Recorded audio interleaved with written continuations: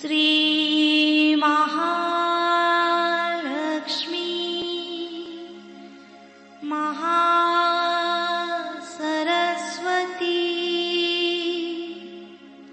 महाकाली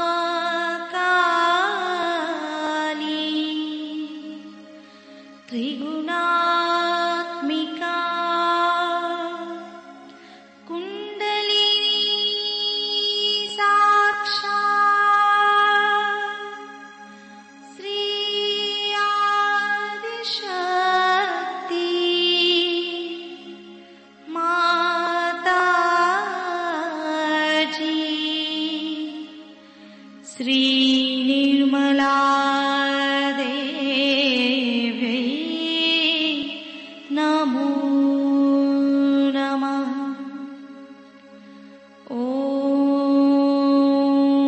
त्वमेव साक्षात् श्री कल्की साक्षात् श्री आदिशक्ति माताजी श्री निर्मला देवी नमो नमः। ॐ त्वमेव साक्षात् श्री कल्की साक्षात् श्री सहस्रार स्वामिनी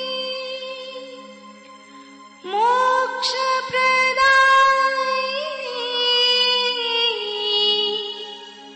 माताजी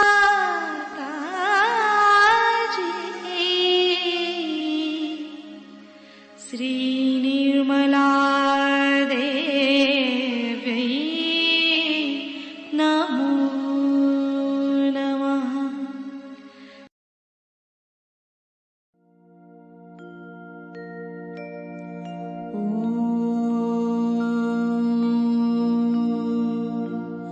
तमेव साक्षात्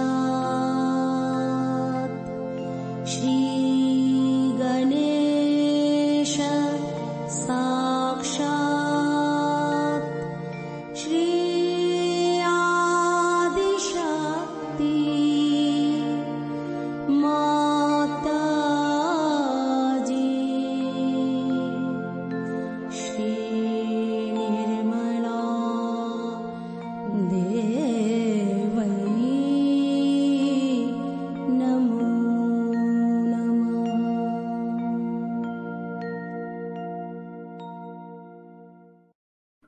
जय श्री माता जी। दोनों हाथ माँ के सामने हृदय में श्री माता जी को नमन करते हुए, परम पूजनीय श्री माता जी कृपा करके हम सभी के हृदय को और पावन कीजिए। बीचों बीच हृदय में श्री माता जी की छवि को निहारेंगे।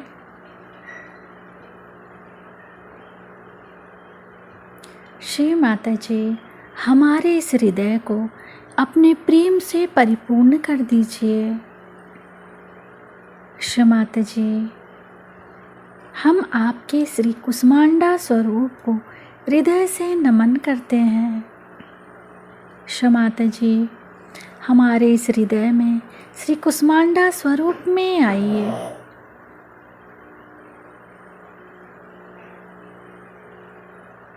श्री माता जी हमारे इस हृदय में श्री कुसमांडा स्वरूप को जागृत कीजिए। मंत्र ओम त्वमेव साक्षात् श्री कुसमांडा साक्षात् श्री आदि शक्ति माताजी श्री निर्मला देव्यै नमो नमः।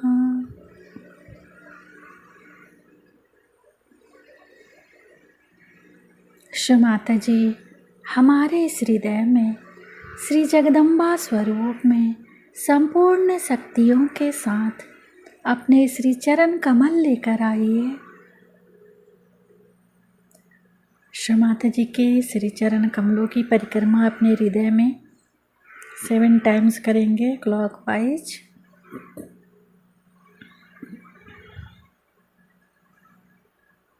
श्री जगदम्बा मंत्र।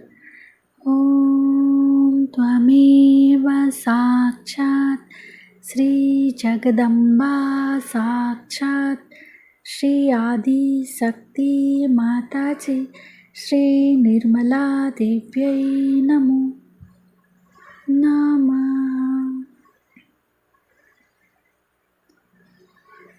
राइट हैंड को सेंटर हार्ट पे रखिए, संपूर्ण चित सेंटर हार्ट पे। जगदम्बा करेंगे 12 बार। जगदम्बा जगदम्बा जगदम्बा जगदम्बा जगदम्बा जगदम्बा जगदम्बा जगदम्बा जगदम्बा जगदम्बा जगदम्बा जगदम्बा जगदम्बा। दोनों हाथ माँ के सामने। धीरे धीरे अपने संपूर्ण चित्त को पूरे भावसागर पे संपूर्ण चित्त क्लॉकवाइज। श्री माता जी कृपा करके हमें इस भाव सागर से निकालिए। श्री माता जी आप ही तो श्री आदि गुरु दत्तात्रेय हैं, हमारे भाव सागर में जागृत हो जाइए।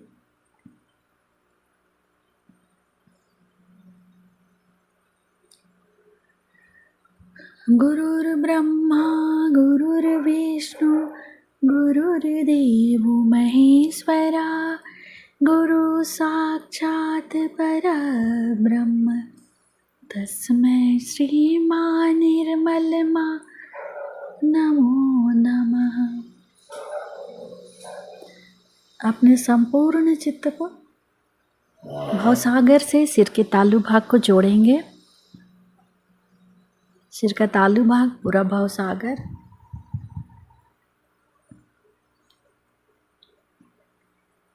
पूरा भावसागर पे संपूर्ण चित्त सिर के तालु भाग से जोड़ते रहेंगे।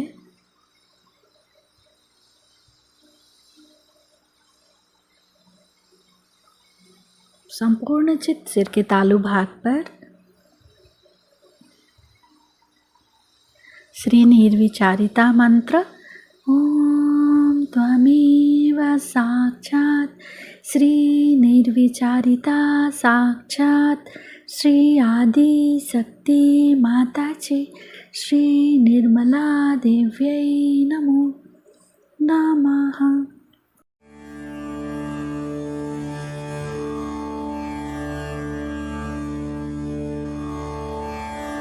श्री देवी कवच का भावार्थ। श्री देवी कवच अर्थात श्री चंडी कवच सप्तशती का एक भाग है, जिसकी अधिष्ठात्री देवी श्री चामुंडा है। यह एक ऐसा कवच है जो किसी भी नकारात्मक शक्ति से हमारी पूर्णतया रक्षा करता है। हमारे शरीर में सिर से पैरों तक हर एक अवयव पर देवी की सूक्ष्म शक्ति विद्यमान है, जिसे देवी के अलग अलग नामों से जाना जाता है। वह सूक्ष्म शक्ति जागृत करने पर हमारे उस अंग की रक्षा होती है। देवी कवच में हम इन सारी देवताओं को हमारी रक्षा करने का अनुरोध करते हैं जिससे श्री जगदम्बा के आशीर्वाद हम पर बने रहे। ऋषि मार्कंडेय जी ने ब्रह्मदेव से कहा, हे पितामह, जो इस संसार में परम गोपनीय है तथा मनुष्यों की सब प्रकार से रक्षा करने वाला है, और जो अब तक आपने दूसरे किसी के सामने प्रकट नहीं किया हो, ऐसा कोई साधन मुझे बताइए। ब्रह्मा जी बोले, ऐसा साधन तो देवी का एक कवच ही है, जो गोपनीय से भी परम गोपनीय, पवित्र तथा संपूर्ण प्राणियों का उपकार करने वाला है। महामुने, उसे श्रवण करो। अतः श्री ब्रह्मदेव ने ऋषि मार्कंडेय जी को देवी कवच बताया, जिसमें दुर्गा के 9 रूपों का उल्लेख है, देवी के विविध शक्तियों का वर्णन है, जो हमारी संपूर्ण सुरक्षा करती है। अब श्री देवी कवच का भावार्थ विस्तार से सुनते हैं। ब्रह्मदेव कहते हैं, देवी के 9 स्वरूपों को नवदुर्गा कहते हैं। उनके नाम इस तरह से है। पहला नाम शैलपुत्री है, यानी पर्वतराज हिमालय की पुत्री। दूसरा नाम ब्रह्मचारिणी, यानी कि जो ब्रह्म का आचरण करती है, जो स्वयं ही ब्रह्म है। तीसरा नाम चंद्रघंटा, जिसके मस्तक पर चंद्र और हाथ में घंटा है।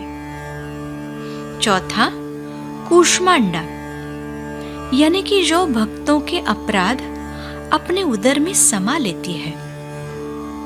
पांचवा स्कंद माता, श्री कार्तिकेय की माता।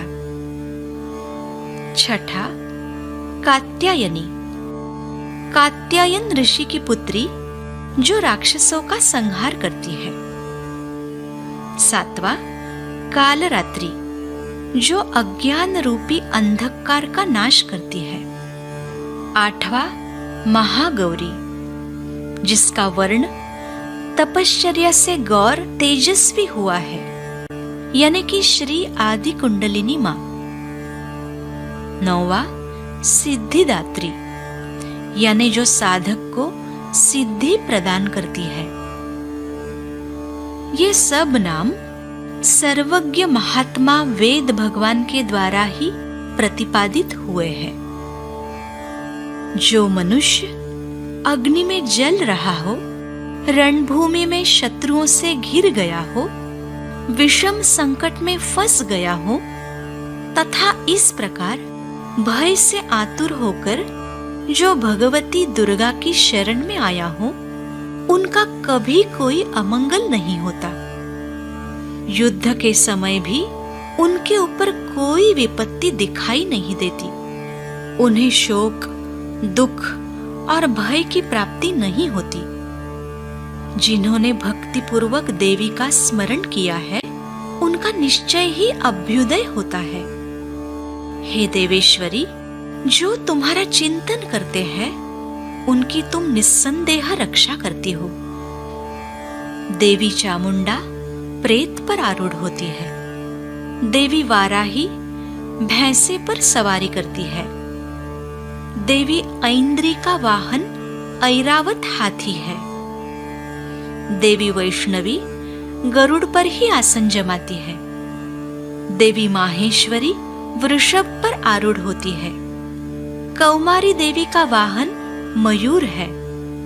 भगवान विष्णु की प्रियतमा लक्ष्मी देवी कमल के आसन पर विराजमान है और हाथों में कमल धारण किए हुए है। वृषभ पर आरूढ़ ईश्वरी देवी ने श्वेत रूप धारण कर रखा है। ब्राह्मी देवी हंस पर बैठी हुई है और सभी प्रकार के आभूषणों से विभूषित है। इस प्रकार ये सभी माताएं सब प्रकार की योग शक्तियों से संपन्न है। जो अनेक प्रकार के आभूषणों की शोभा से युक्त तथा नाना प्रकार के रत्नों से सुशोभित है। ये संपूर्ण देवियां क्रोध से भरी हुई है और भक्तों की रक्षा के लिए रथ पर बैठी दिखाई देती है। शंख, चक्र, गदा, शक्ति, हल और मुसल, खेटक और तोमर, परशु तथा पाश, कुंत और त्रिशूल एवं उत्तम शार्ंग धनुष आदि अस्त्र शस्त्र अपने हाथों में धारण करती है।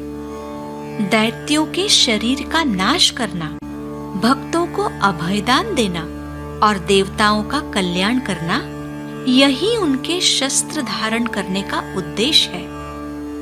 नमस्तेस्तु महारौद्रे महाघोर पराक्रमे महाबले महोत्साहे महाभय विनाशिनी। कवच आरंभ करने से पहले प्रार्थना करनी चाहिए। महान रौद्र रूप, अत्यंत घोर पराक्रम, महान बल और महान उत्साह देने वाली देवी, तुम महाभय का नाश करने वाली हो। तुम्हें नमस्कार है। तुम्हारी ओर देखना भी कठिन है। शत्रुओं का भय बढ़ाने वाली जगदम्बिके, मेरी रक्षा करो। पूर्व दिशा में ऐन्द्री यानी इंद्र शक्ति मेरी रक्षा करे। अग्निकोण में अग्नि शक्ति, दक्षिण दिशा में वाराही तथा नैऋत्य कोण में खड्गधारिणी मेरी रक्षा करे।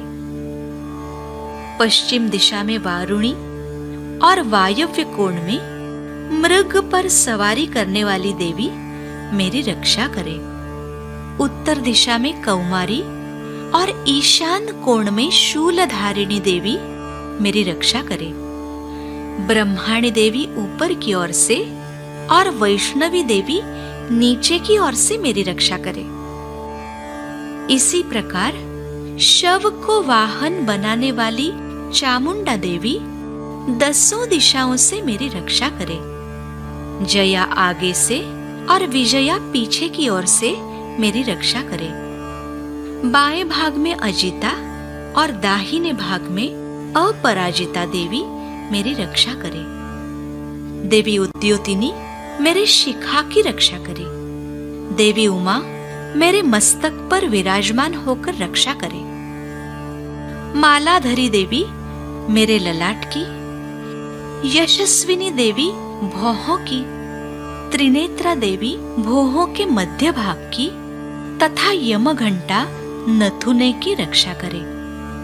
दोनों नेत्रों के मध्य भाग में शंखिनी और कानों में द्वारवासिनी रक्षा करे। कालिका देवी मेरे गालों की तथा शांकरी देवी कानों के मूल भाग की रक्षा करे। नासिका में सुगंधा और ऊपर के होठ में चर्चिका देवी मेरी रक्षा करे।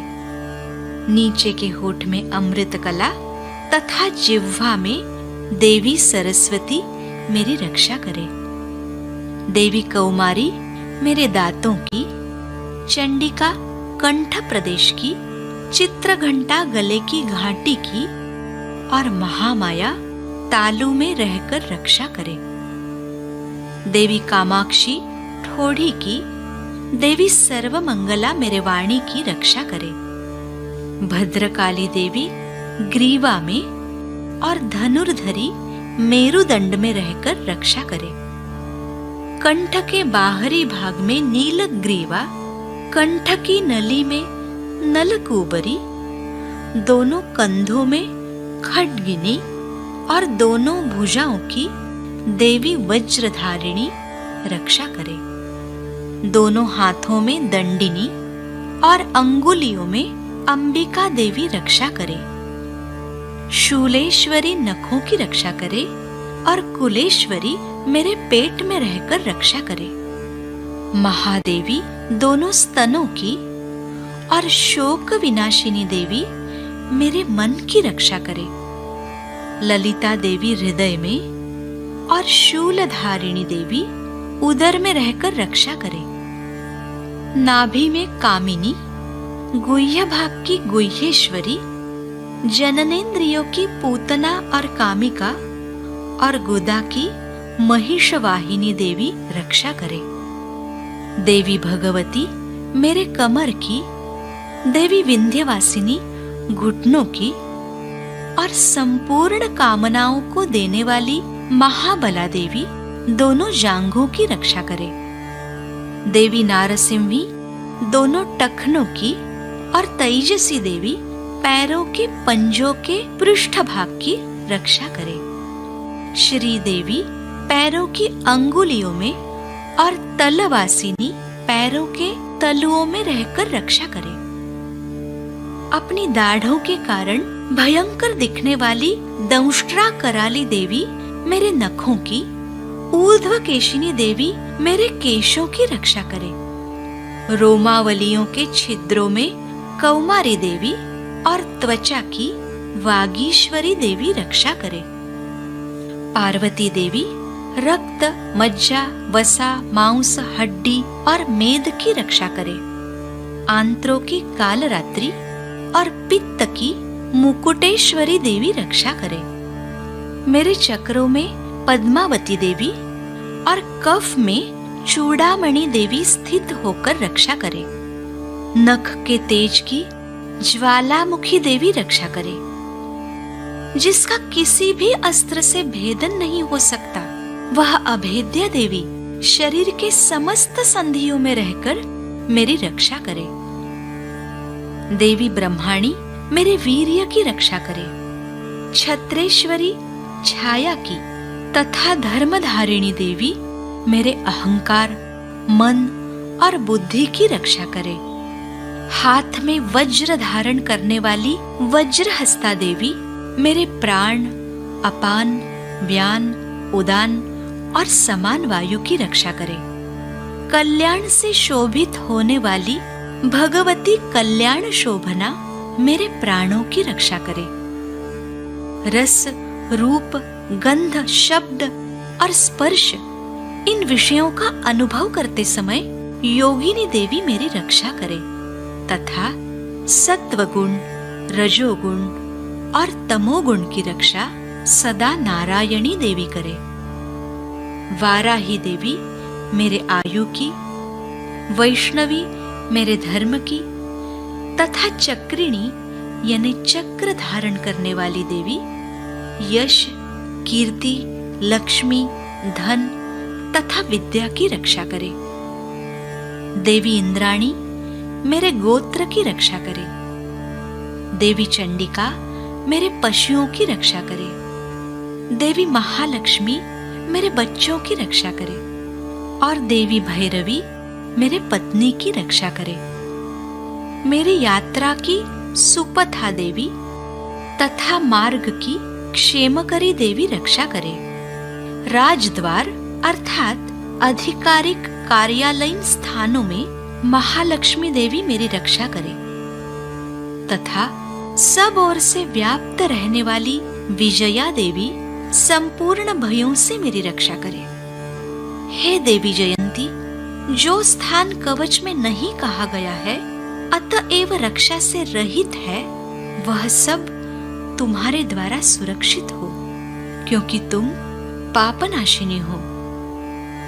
यदि अपने शरीर का भला चाहे तो मनुष्य बिना कवच के कहीं एक पग भी न जाए, कवच का पाठ करके ही यात्रा करे। कवच के द्वारा सब ओर से सुरक्षित मनुष्य जहाँ जहाँ भी जाता है वहाँ वहाँ उसे धन लाभ होता है तथा संपूर्ण कामनाओं पर विजय की प्राप्ति होती है। वह जिन अभीष्ट वस्तु का चिंतन करता है उनको निश्चय ही प्राप्त कर लेता है। वह पुरुष उस पृथ्वी पर तुलना रहित महान ऐश्वर्य का भागी होता है।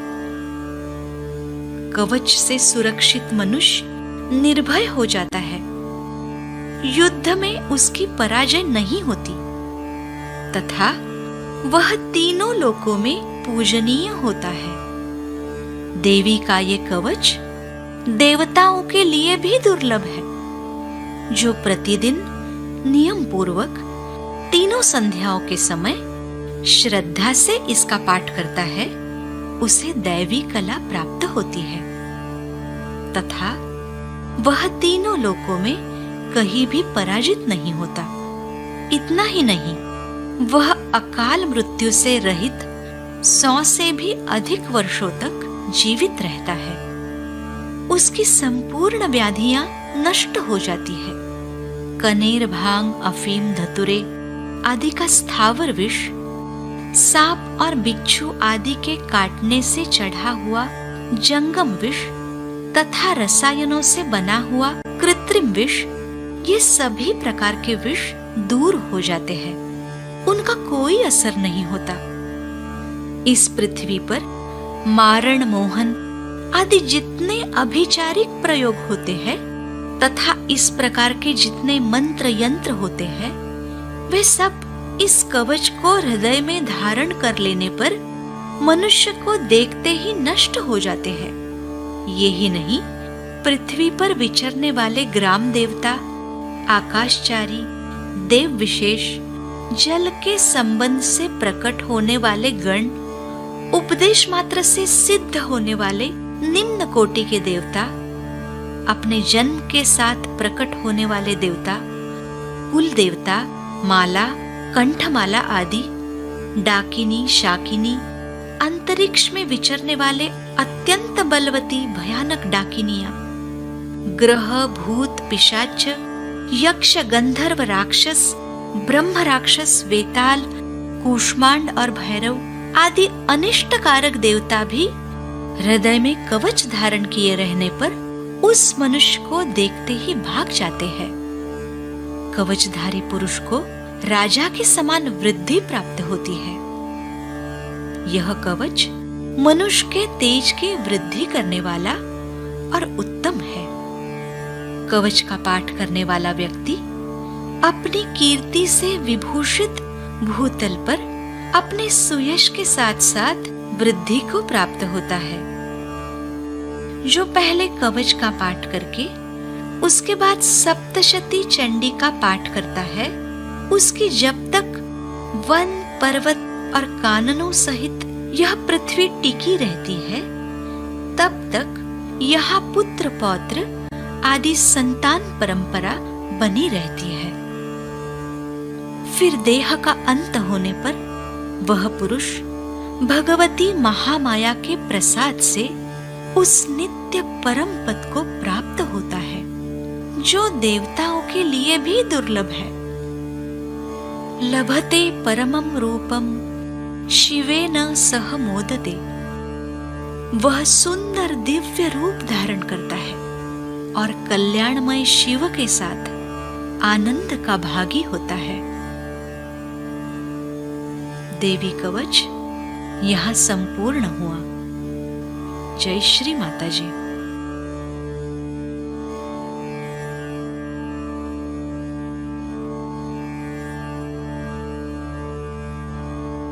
The essence of Shri Devi Kavach. Shri Devi Kavach, also known as Shri Chandi Kavach, is a part of Saptashati and goddess Chamunda is its presiding deity. This is a shield of the goddess which gives us complete protection from all negative forces. There exists a subtle power of the goddess on every part of our body, which is known by a specific name of the goddess. These subtle powers, when awakened, protect the respective organs. In Devi Kavach, we pray to all these divine powers to protect us and for Goddess Jagadamba to shower her blessings upon us.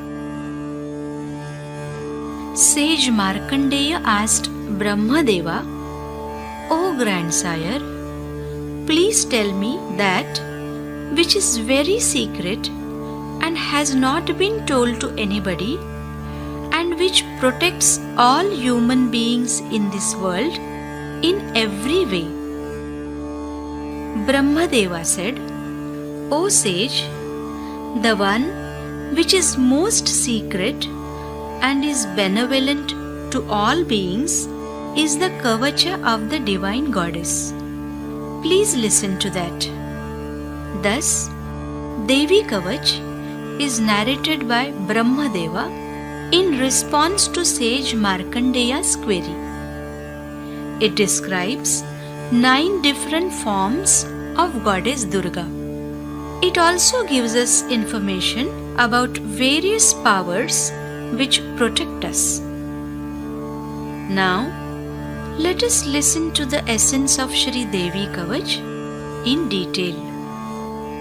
Brahmadeva says, there are 9 forms of Devi known as Navadurga. The first one is Shailaputri, the daughter of the king of mountains Himalaya. Second, Brahmacharini, the one who observes the state of Brahma and who herself is Brahma. Third, Chandraghanta, the one with moon on her head and a bell in her hand. Fourth, Kushmanda, who consumes sins of her devotees.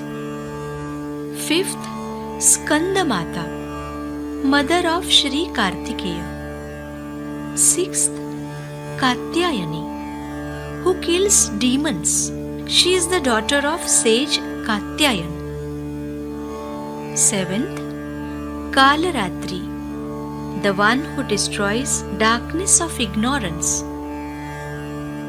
Eighth, Mahagauri, whose complexion has become fair and radiant due to penance. She is Mother Adi Kundalini.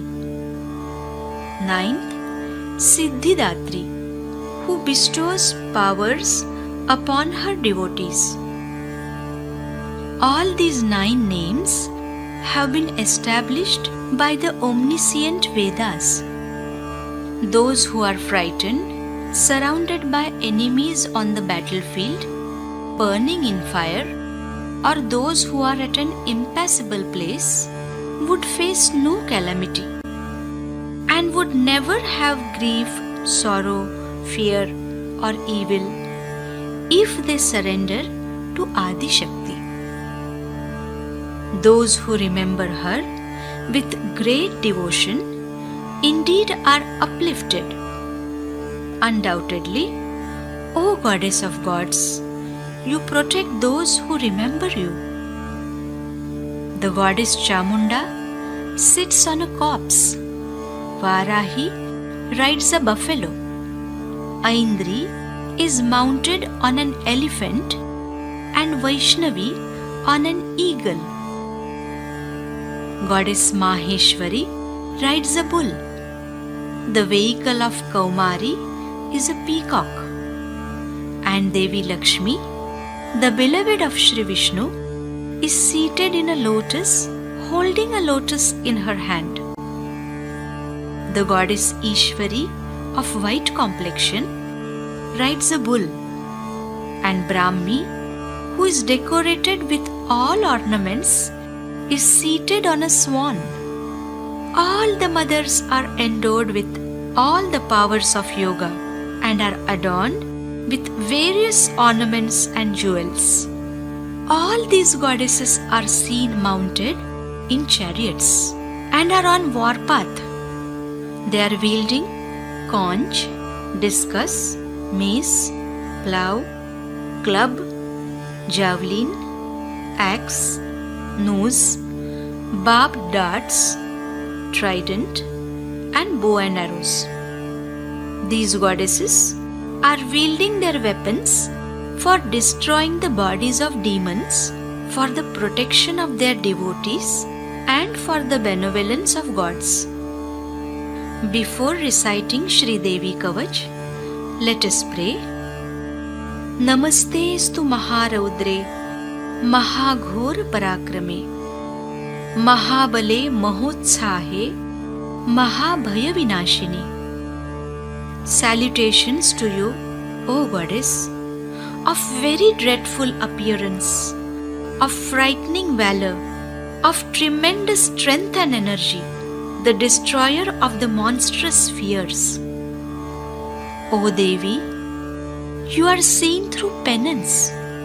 You increase the fear in enemies. Please protect me. May Goddess Aindri protect me from the east, Agni Devata, the goddess of fire, from the southeast, Varahi, the power of Vishnu in the form of the boar, from south, Khadgadharini, the wielder of a sword, from the southwest, Varuni, the power of Varuna, the god of rain, from the west, Mrigavahini, whose vehicle is the deer, from the northwest. May Goddess Kaumari, the eternal virgin, the power of Kartikeya, protect me from the north, and Goddess Shuladharini from the northeast. May Goddess Brahmani, the Shakti of Brahma, protect me from above, and Vaishnavi, the Shakti of Vishnu, from below. Similarly, Goddess Chamunda, who sits on a corpse, protect me from all the 10 directions.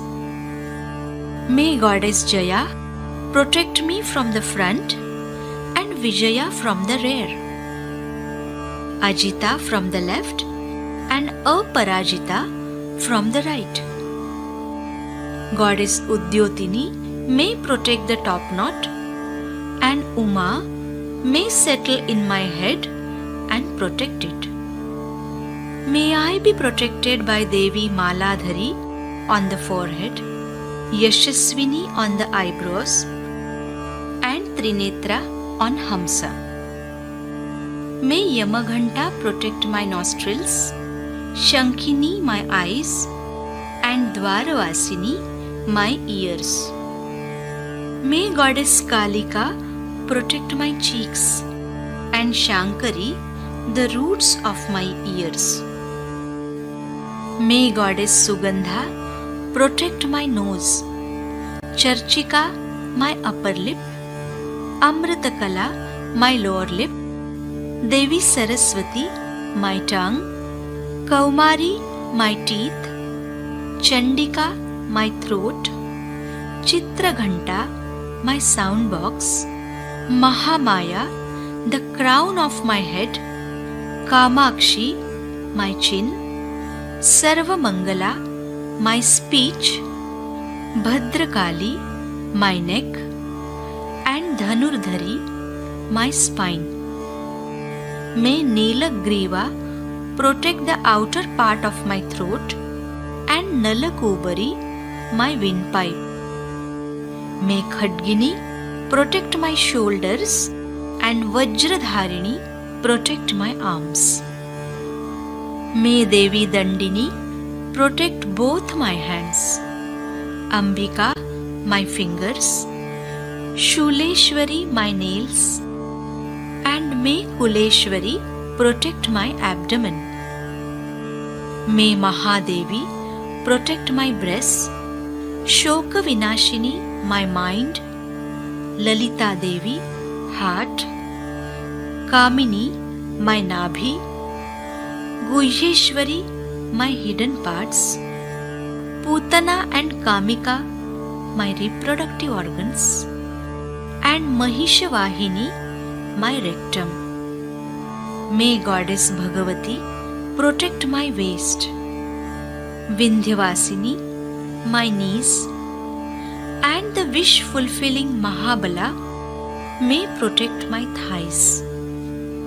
May Narasimhi protect my ankles, may Taijasi protect my feet, may Shri Devi protect my toes, may Sthalavasini protect the soles of my feet, may Daunshtra Karali protect my nails, Urdhvakeshini my hair, Kauberi my pores, and Vagishwari my skin.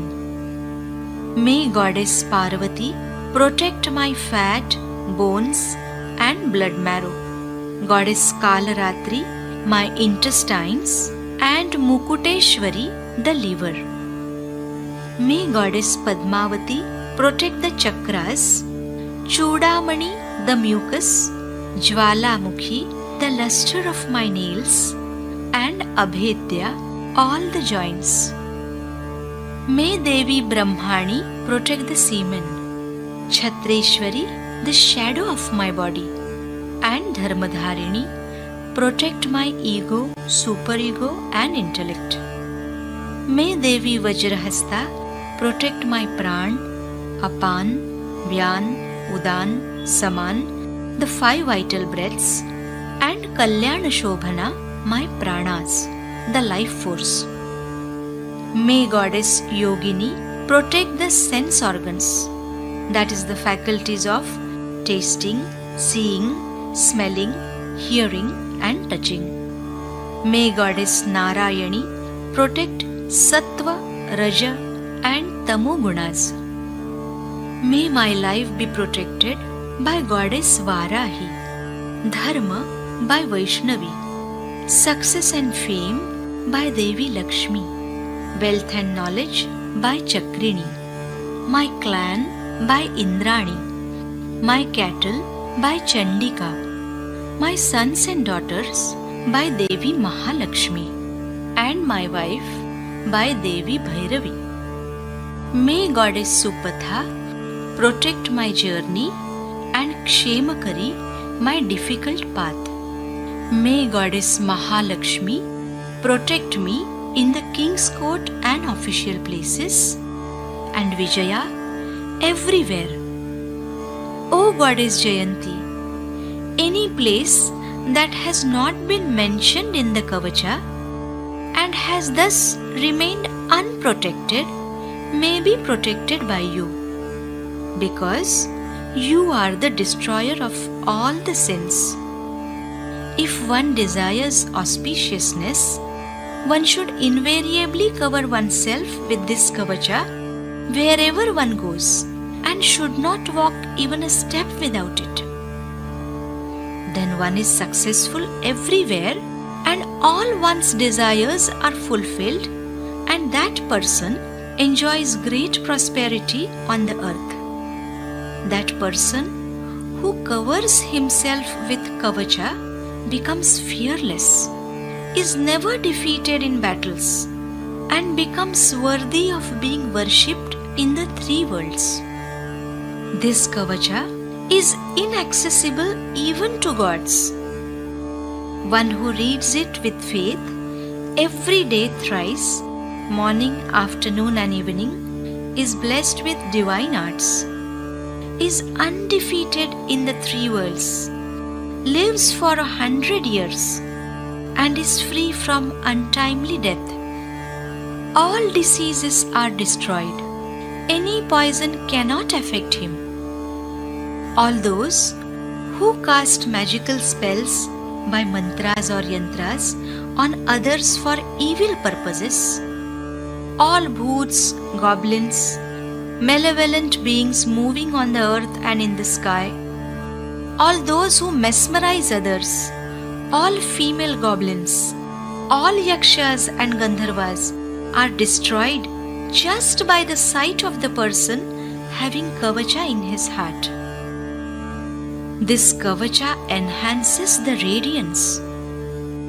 He receives more and more glory and excellence. If a person recites Durga Saptashati after reciting Devi Kavach, he rises in prosperity and fame. His progeny would live as long as the earth is rich with mountains and forests. By the grace of Mahamaya, he would attain the highest place that is inaccessible even to the gods. Labhate paramam rupam shivena saha modate. He is eternally blissful in the company of Lord Shiva. With this, Shri Devi Kavach is complete. Jai Shri Mataji.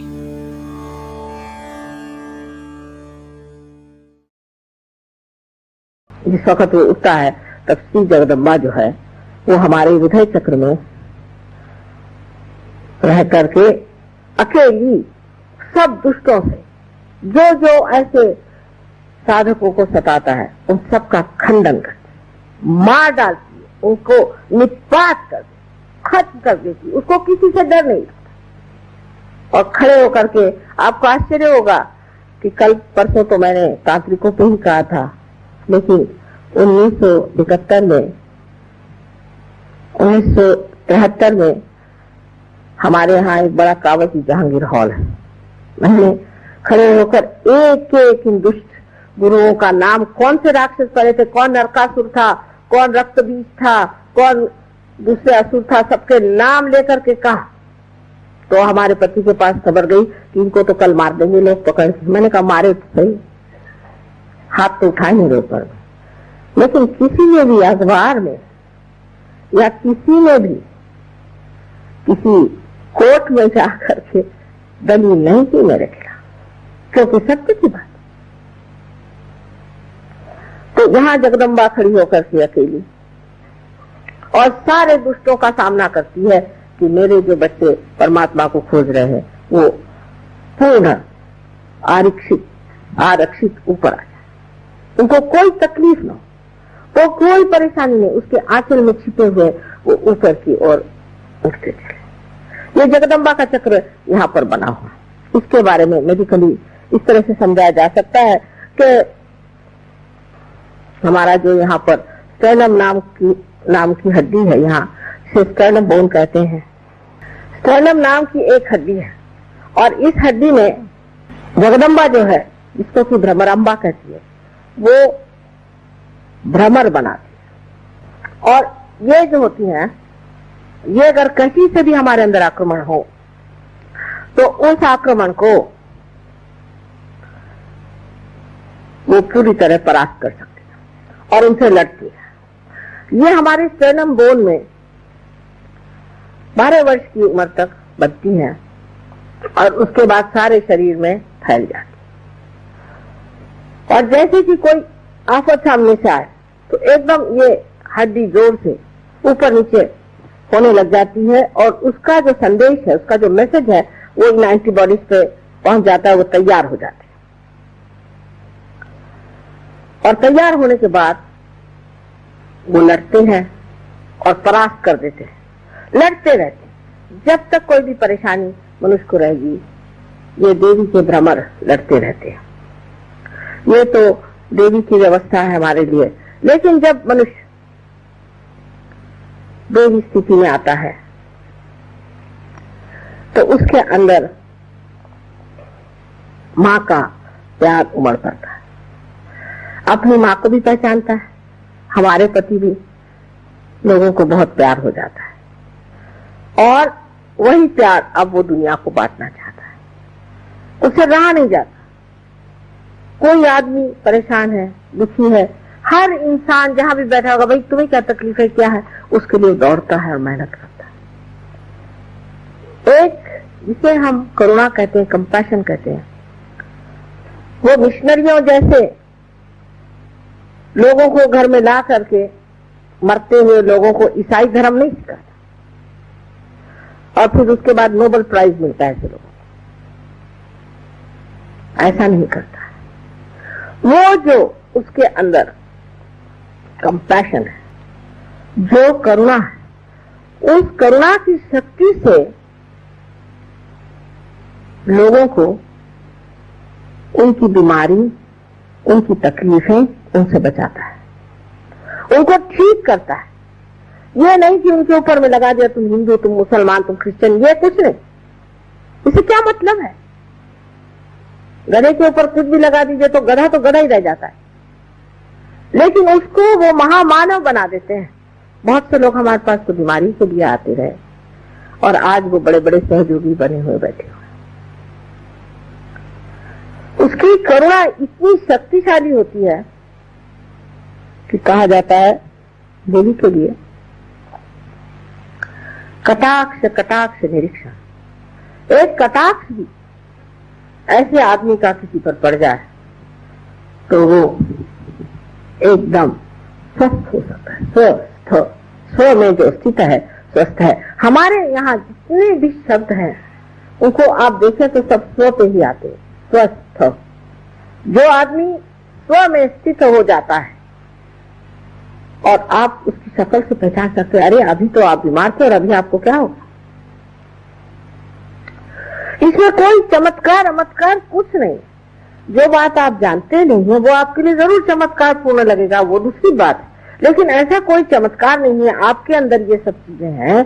जब कुंडलिनी जागृत हो जाती है तो आपके अंदर अपने आप ही स्वस्थता आ जाए। अब बहुत सी औरतों को आपने सुना है कि ब्रेस्ट कैंसर की बीमारी हो जाती है। ये क्यों होती है? वजह यह है कि पतिगर किसी तरह से स्त्री को रक्षित भावना नहीं देता, सेंस ऑफ सिक्योरिटी नहीं देता है, या उसका पिता या किसी तरह से स्त्री हर समय इनसिक्योर, अरक्षित महसूस करे तो उसको ये बीमारी हो जाती है, क्योंकि उसका जो मातृत्व है ये ही हिल जाता है। मातृत्व का आप हिला देते हैं तो उसको ये बीमारी हो जाती है। वो शायद इसको जानती ना हो। अब राइट साइड में जो हमारे, जिसे हम कहते हैं कि राइट हार्ट, हालांकि हार्ट राइट में नहीं होता है, लेकिन इसका जो हार्ट चक्र का, हृदय चक्र का, इसे अनहत भी कहते हैं, जो राइट हिस्सा है उसमें जब त्रुटियां आ जाए तो अस्थमा की बीमारी हो जाती है। अब यह श्री रामचंद्र जी का चक्र है। हम लोग श्री राम श्री राम श्री राम तो खूब करते रहते हैं, लेकिन ये श्री राम हमारे अंदर राइट हार्ट में है। और जो लोग श्री राम श्री राम श्री राम ज्यादा करते हैं उनको ये बीमारी ज्यादा होती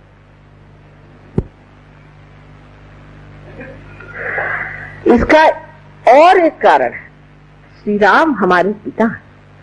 हमारे अगर पिता का स्थान किसी तरह से खराब हो गया हो, अगर हमने अपने पिता को बचपन में खो दिया हो, या हम भी एक बुरे के पिता हो, या हम अपने बच्चों को छोड़ छाड़ के दूसरे ही चीजों में व्यस्त रहते हैं, और पति होकर के भी पत्नी की ओर हमारी दृष्टि ठीक नहीं, उसको हम तंग करते हैं।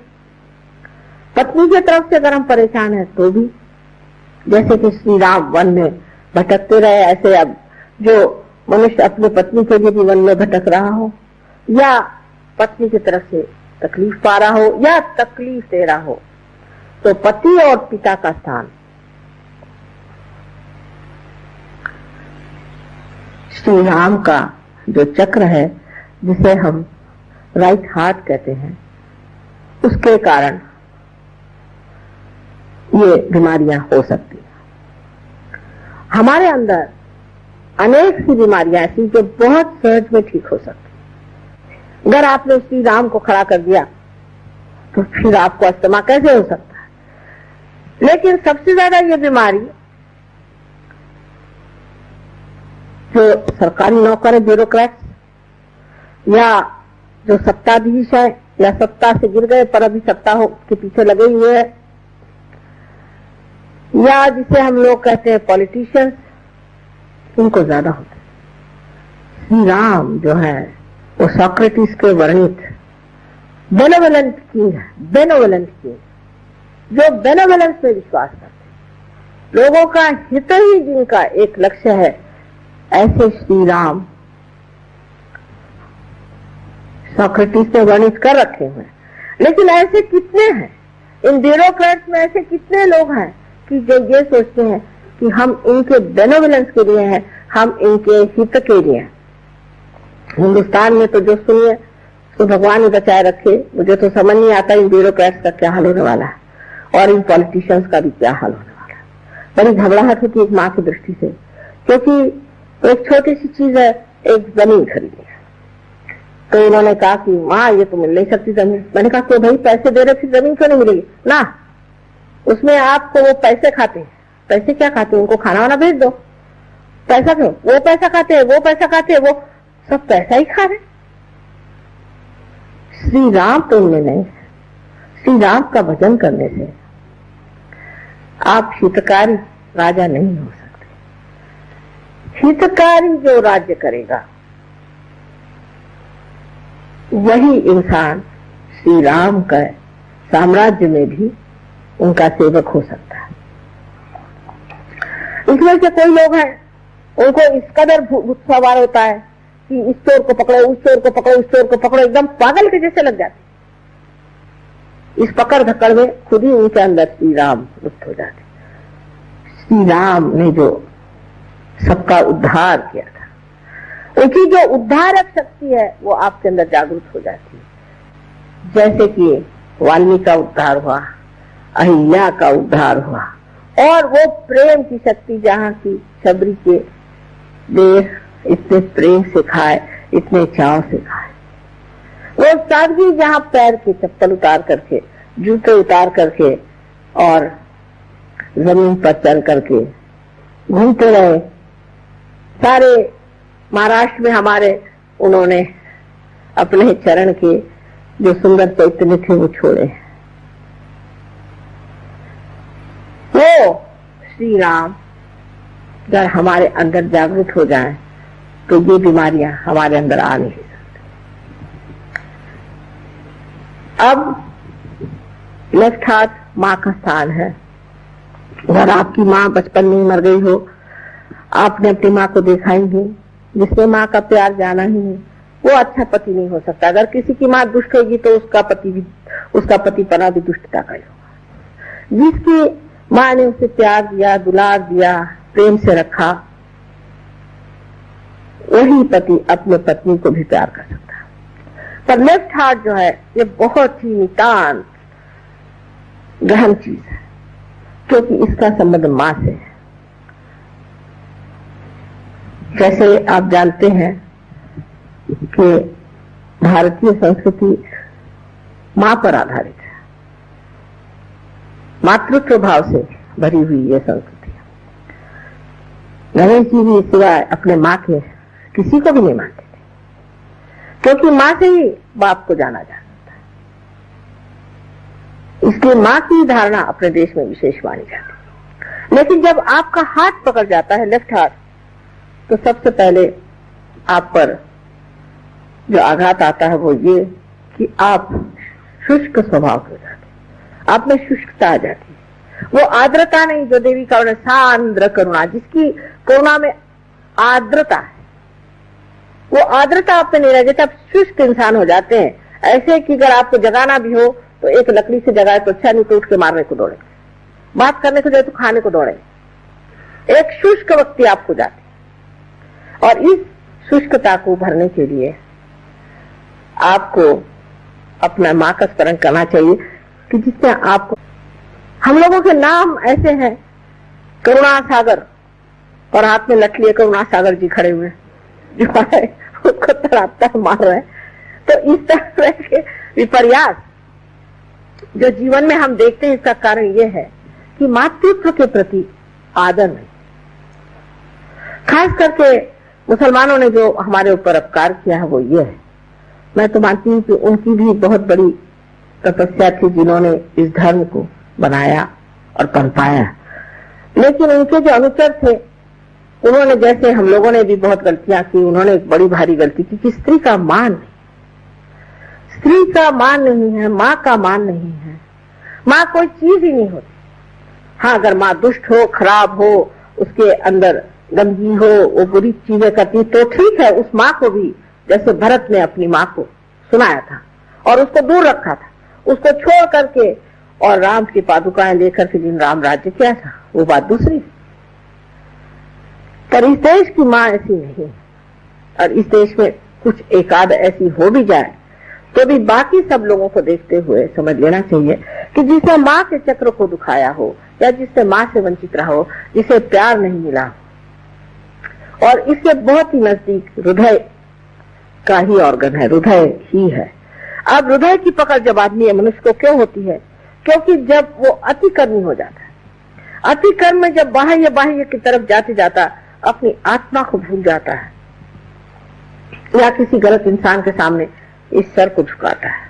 इसीलिए आप देखिए कि कहा गया है कि किसी के सामने सर को झुकाना नहीं चाहिए। मैं आपसे भी यही कहती हूँ, मेरे सामने आप सर मत झुकाइए, मेरे पैरों को आप मत छुइए, अभी कोई छूने की जरूरत नहीं। क्योंकि ये जो मस्तिष्क है, ये जिसके सामने झुक गया गलत लोगों के सामने, तो हाथ में पकड़ आ जाएगी लेफ्ट साइड से, और राइट साइड की पकड़ उसमें आती है जो अतिकर्मी होता है, जिसका चित्त बाहर की ओर होता है और आत्मा की ओर चित्त नहीं होता। आत्मा की ओर चित्त करने के लिए आपको कुंडलिनी का ही जागरण करना पड़ेगा। जब तक कुंडलिनी का जागरण नहीं होगा, आत्मा एक हवाई चीज हो जाती है। लोग समझ नहीं पाते ये आत्मा, आत्मा क्या चीज है।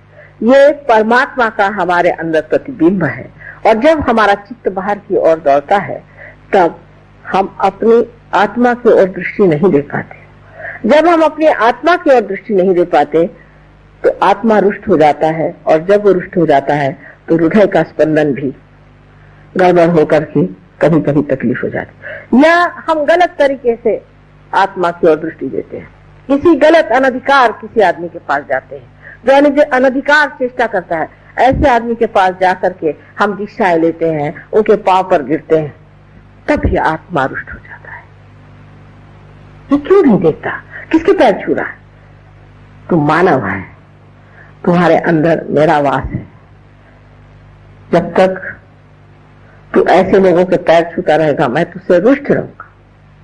इसलिए आत्म साक्षात्कार के बाद ही ये सब व्याधियां छूट सकती हैं, नहीं तो नहीं छूट सकती। एक माँ के हमारे पास आए थे, वो कहीं रोटरी क्लब के प्रोग्राम में मिल गए, उन्हें पूछे लग गए, माँ हमारे हार्ट की हमें तकलीफ अंजाना की और हम जा रहे हैं ह्यूस्टन, तो बहुत रुपया पैसा खर्च होगा, अगर आप मेहरबानी करें। हमने कहा आ जाइए। पूना में हमारे पास आए, पूना में आ करके और उन्होंने हमसे कहा कि आप हमारा कुछ इलाज करिए। हमने कहा अच्छा। उनकी जो हमने कुंडलिनी जागृत कर दी तो एकदम से उनको थोड़ा सा दर्द हुआ, तो उनसे तब फिर से हार्ट अटैक आ गया, और मैं उठ के चल दी, मुझे दूसरी जगह जाना, जैसे कहते ना रमते राम वैसी। जब मैं बाहर जाने लग गई तो वो एकदम बड़े दुख में भरे मुझे देखने लगे कि माँ ऐसे कैसे छोड़ के आ रही। मैं वापस आया, मैंने कहा भाई तुम ठीक हो गए, जाके डॉक्टर दिखाओ। ठीक हो गया, मैंने कहा जाओ दिखाओ। जब डॉक्टर के पास गए तो डॉक्टर कहता भाई ये तुम्हारे ही एक्सरे थे क्या, और अच्छे घूम रहे हैं आजकल। ऐसे बहुत से लोग ठीक हो गए, लेकिन मैंने उसमें कुछ नहीं किया, सिर्फ आपका चित्त जो है आत्मा की ओर आकर्षित हो। पर इन महाशय को तो दूसरी बीमारियां थी, वो सब गलत सलत लोगों के पीछे दौड़ते थे, और उन्होंने मंत्र भी गलत लिए थे। जब मंत्र आप गलत करें तो लेफ्ट विशुद्धि और हार्ट इसकी जब पकड़ हो जाती तो अंजाना की बीमारी हो जाती। लेकिन अगर आपका हृदय ऐसी चीजों की ओर नहीं खींचता है, परमात्मा की कृपा से कहिए, पूर्व जन्म के सुकृत से, किसी भी तरह से ऐसी जगह आपका दिल नहीं जाता है, ये तो पाखंडी है, ये तो झूठा है, ये तो ढोंगी है, इसके पास नहीं जाने का मुझे, तब हृदय सच्चे रहता है। दास कबीर जतन से ओढ़ी, जैसी की तैसी रख दी चदरिया। जब ऐसे घटित होता है तब हार्ट अटैक आने की कौन सी बात है? आत्मा संतुष्ट है आपसे, आप धर्म में बैठे हैं, जब मौका आएगा कुंडलिनी जागृत होगी और आप पटाख से पालेंगे। We are going to do puja for Navratri.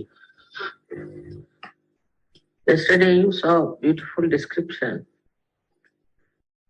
of Navratri and how the Mother Goddess has created all kinds of powers within you. It's not that only she has the powers, but you all have the powers. And you can all work it out. You can all find out whether these powers are there or not. Because the realization is very important. But there, the Kundalini has given you this realization.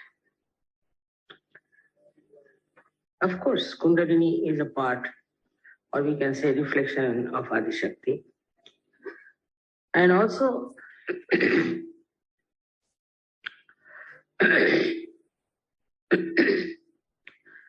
The Jagadamba is also part of Adishakti. She's placed in the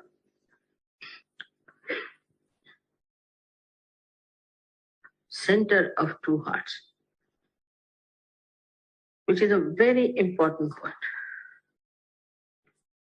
Now all these powers are placed in that chakra. When Sahajogis become good Sahajogis,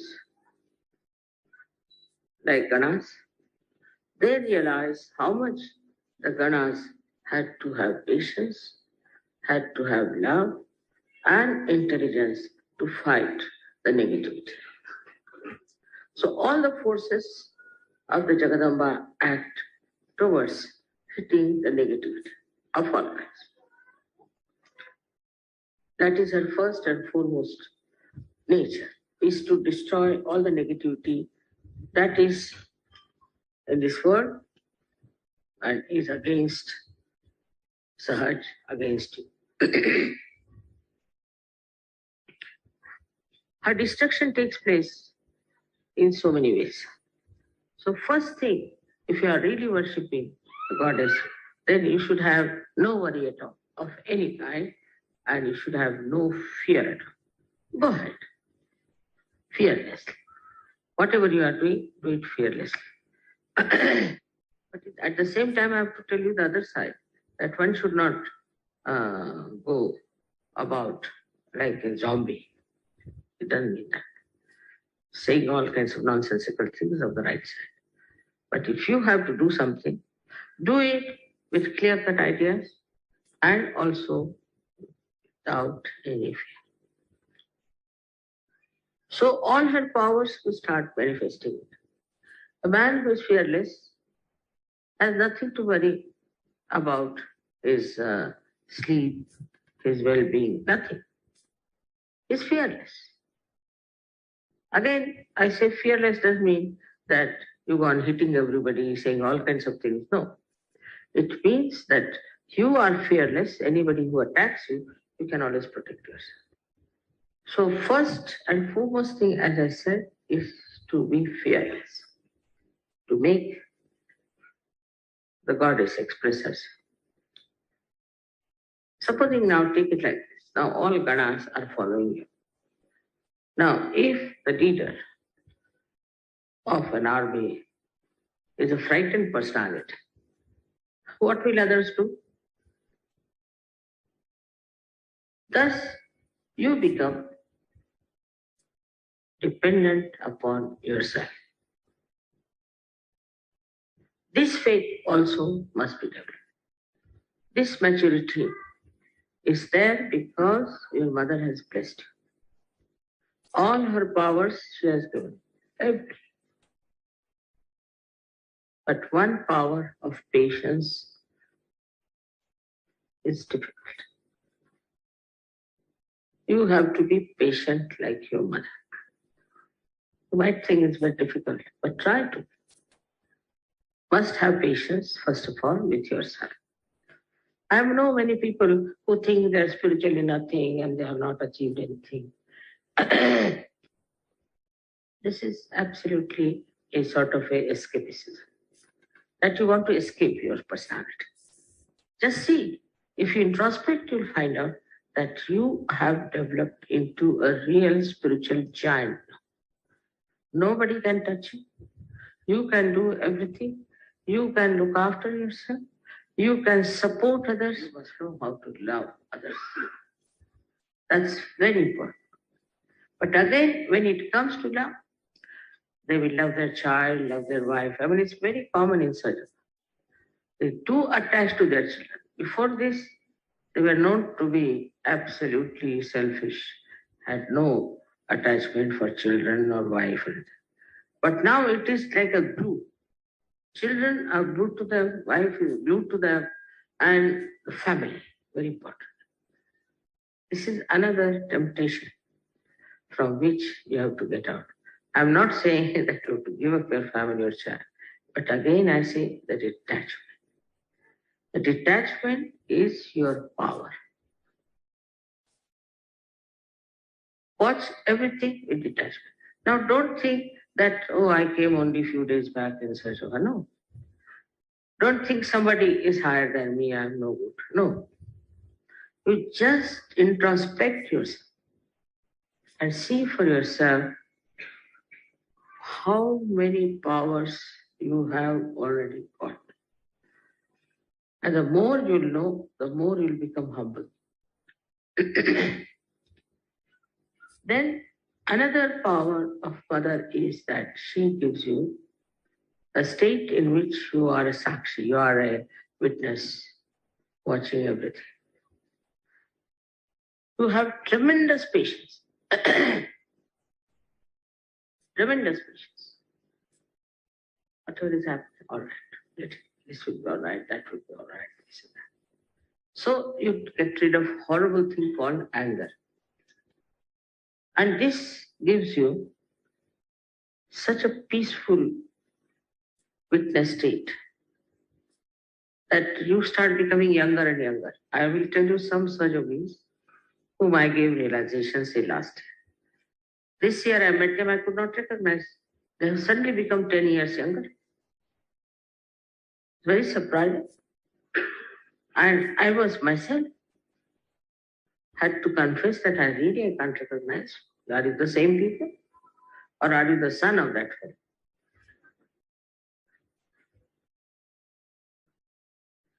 So then, what happens to you is that you become a peaceful personality. Why? Because your mother is there always. This faith, she's always there, she's always with us, always protecting us. But now we are grown up, so she has given us all the powers. All the properties she has given us. So what? What is there to afraid of? But this faith has to be not just a blind faith, but an enlightened faith. The difference is, in blind faith, you have faith, but no powers. In enlightened faith, you have faith and all the powers. When that happens to you, you start growing very much fast, first in your dharma. And you are not afraid of your virtues. You tell people, talk about sadhana everywhere, and it works, it clicks. Once you don't have any fear, the whole picture will be clear to you, because you become a visionary. With the experience, try to put the experience in your heart and have faith in that experience. What were you? What have you become now? How many experiences of Sahaja Yoga you had? Of the mother's attention on you. Now, if you have that enlightened faith in you, you become powerful. You are powerless because your faith is like this. But if you become really a evolved, matured, realized soul, then all your powers will work. There's a fisherman in India who is, he's a graduate, though he's a fisherman.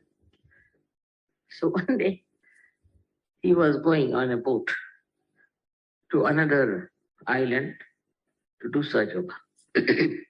And when he came out of his hut, he found huge big clouds, black ones, hovering, and the Vishnu Maya playing. Just he stood on the shore and told Vishnu Maya, please tell these clouds to behave themselves. I'm going for the work of Mother, and dare not trouble me on the way. Just the people who were with him told me that Harishchandra was talking like that. They got into the boat, they did the program, came home. When he went into his boat, the plane started. So you control all 5 elements by your enlightened faith.